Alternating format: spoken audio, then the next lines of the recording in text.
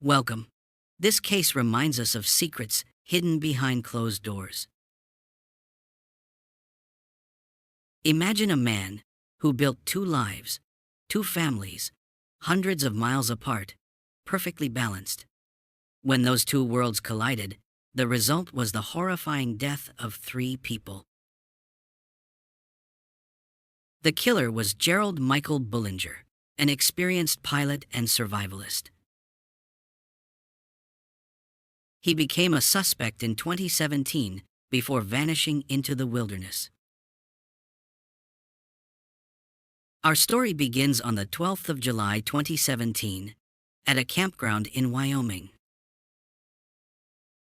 A 17-year-old local, Gina Hun, had a bad feeling about an abandoned car.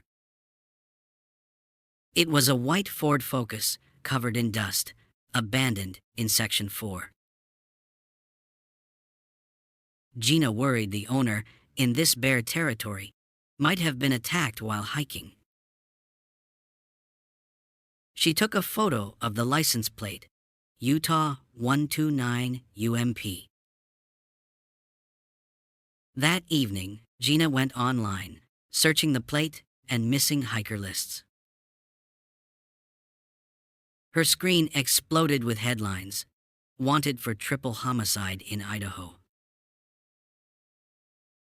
This white Ford Focus was the car of the suspect, Michael Bullinger.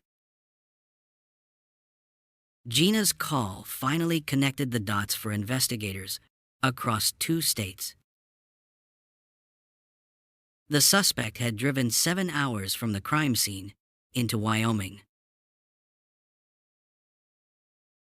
The manhunt shifted to the rugged mountain wilderness of Wyoming.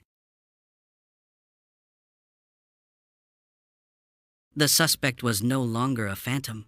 He was a fugitive, hiding in plain sight. To understand the motive, we must go back 3 weeks, to Caldwell, Idaho. Police were called for a welfare check at the home of Bullinger and his wife, Cheryl Baker. No one answered. There were no signs of forced entry, just an unsettling silence. The next day, a report came. Nadia Medley and her 4-year-old daughter, Peyton, were missing. They had moved to live with Nadia's boyfriend, who was Mike Bullinger. Police realized all 3 missing women were connected to the same man. Police returned. A smell led them to a shed behind the house. They forced the door open. Inside, they found 3 bodies covered in straw, each shot in the head. The victims were Cheryl Baker, Nadia Medley, and young Peyton Medley. Even the family dogs had been shot. Michael Bullinger was gone. The motive: Michael Bullinger had been living a double life for 2 years. He was married to Cheryl, planning retirement in Utah. Simultaneously, he dated Nadia, who believed they were building a new future. He bought the Idaho house with Cheryl, but secretly moved Nadia and Peyton into it. It was only a matter of time before the deception could no longer be maintained. The collision happened around June 8th. Cheryl Baker showed up unexpectedly. This was the point where Bullinger's 2 worlds dramatically imploded. He didn't want a divorce, and he didn't want to face the consequences of his lies. He then led all 3 women, his wife, his lover, and her daughter, to the shed. And Bullinger coldly ended their lives with a firearm.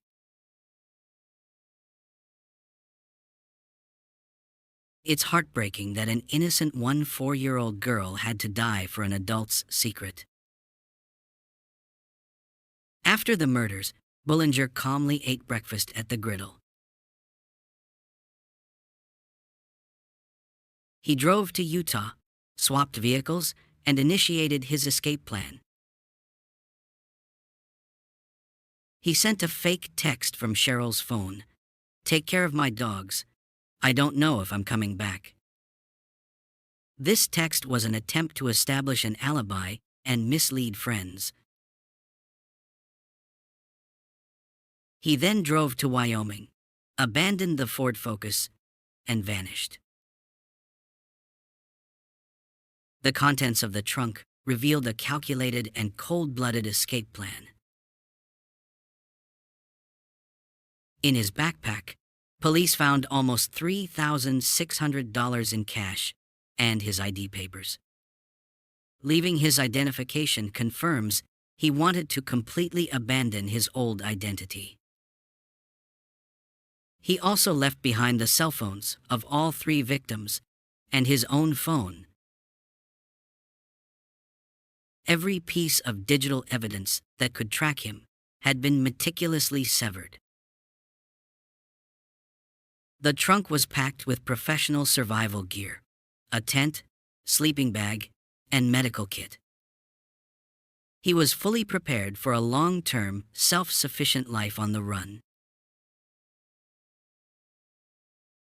There was also specialized outdoor clothes, fishing gear, and other hunting implements.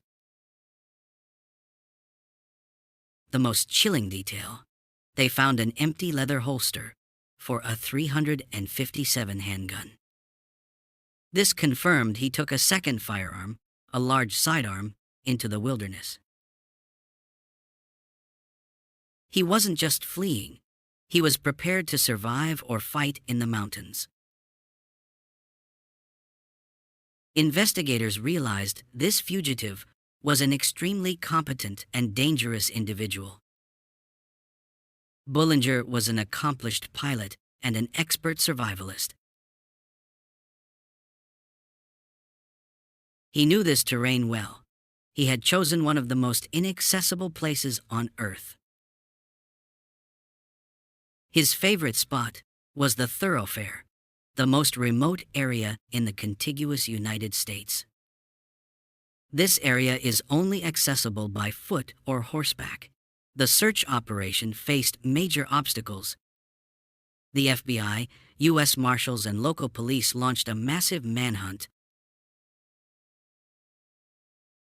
Search dogs and specialized teams scoured every cabin, shed, and potential hiding spot. The search continued for days, yielding no definitive physical sign of the killer. Bullinger seemed to have literally vanished into thin air.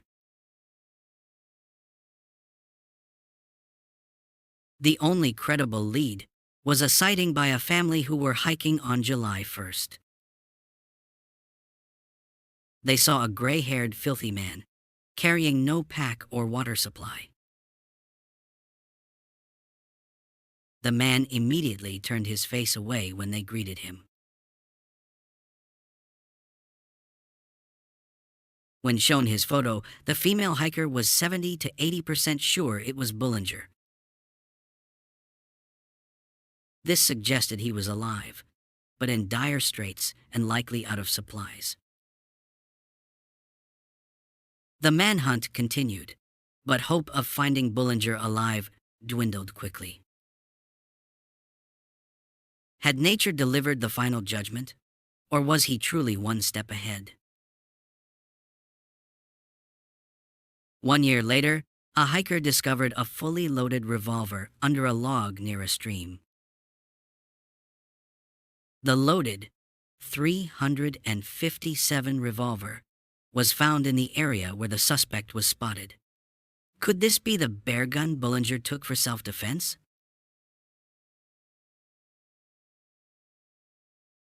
Investigators could not confirm the link. The gun was registered to someone else. Crucially, The gun was loaded and carefully hidden under the log, not used. If Bullinger intended to commit suicide, why would he hide the loaded firearm? This discovery fueled two major conflicting theories about his final fate. Theory 1. He perished in the wilderness, his remains consumed by animals. The extreme climate and terrain could make finding his remains impossible. If so, Bullinger escaped justice, even if it cost him his life. Theory 2. Bullinger used his expertise to fake his death and escape. As a pilot, he could have utilized old contacts for a covert flight. The cash he carried would sustain him to establish a new, third identity. This is supported by the belief that Bullinger was too arrogant to simply end his life. The victims' families firmly believe he is still out there. His psychological profile indicates Bullinger was a manipulator with no remorse. Maintaining the double life shows a remarkable capacity for sustained deception. He is a high-functioning criminal who knows how to cover his tracks. The brutal truth remains. Michael Bullinger took the lives of 3 women. A retiring wife, a loving mother, and an innocent 4-year-old girl named Peyton. This senseless loss left an irreplaceable void for the victim's remaining family. They continued to wait for the day he is brought to justice.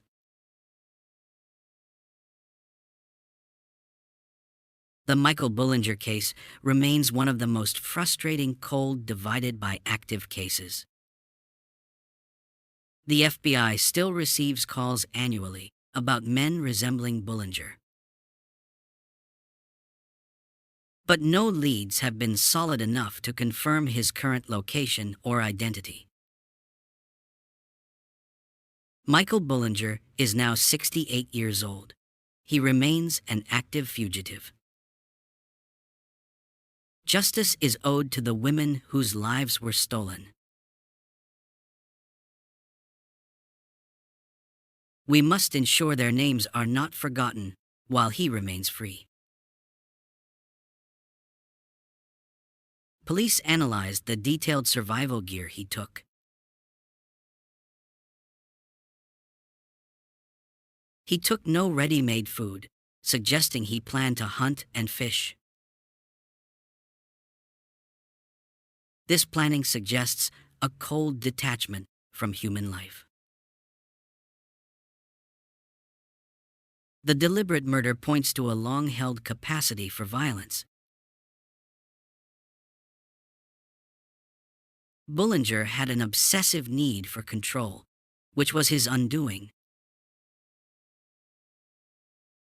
The realization he would lose both families drove him to destructive fury. His failure to accept loss became a triple murder and a manhunt. Bullinger had an obsessive need for control, which was his undoing. The realization he would lose both families at once drove him to a destructive fury. His failure to accept loss became a triple murder and a nationwide manhunt. Bullinger had an obsessive need for control in all his relationships. The realization he would lose both families at once drove him to a destructive fury. His failure to accept loss became a triple murder and a nationwide manhunt. Bullinger had an obsessive need for control in all his relationships. The realization he would lose both families drove him to destructive fury. His failure to accept loss became a triple murder and a nationwide manhunt. Bullinger had an obsessive need for control in all his relationships. The realization he would lose both families at once drove him to a destructive fury. His failure to accept loss became a triple murder and a nationwide manhunt. Bullinger had an obsessive need for control in all his relationships. The realization he would lose both families at once drove him to a destructive fury. His failure to accept loss became a triple murder and a nationwide manhunt. Bullinger had an obsessive need for control in all his relationships. The realization he would lose both families at once drove him to a destructive fury. His failure to accept loss became a triple murder and a nationwide manhunt. The trauma inflicted on the Medley and Baker families continues to this day. The community in Caldwell, Idaho, remains haunted by the horrific crime scene. Every year that passes makes the likelihood of capture even slimmer. Law enforcement vows not to close the book on this case until Bullinger is found. Bullinger could be anywhere, working under the table, perhaps in a remote part of the U.S. or abroad. He may have acquired new documents or resorted to plastic surgery. Remember his key skills: flying, mechanical work, and wilderness survival. He may seek isolation, preferring to avoid large cities. He knows how to live off the grid and avoid digital footprints. If you work in remote aviation, outdoor tourism, or construction, be aware. He could also be using his charm to manipulate a new romantic partner. The discovery of the abandoned, loaded gun remains the biggest mystery. Was it a decoy, a weapon for self-defense, or an item he forgot? Bullinger's meticulous planning suggests a mistake is unlikely. The case is a reminder of the dangers of hidden lives and deception. Justice requires finding the truth, regardless of the years that have passed. We must continue to share the faces of Cheryl, Nadia, and Peyton. Their memory deserves resolution and peace.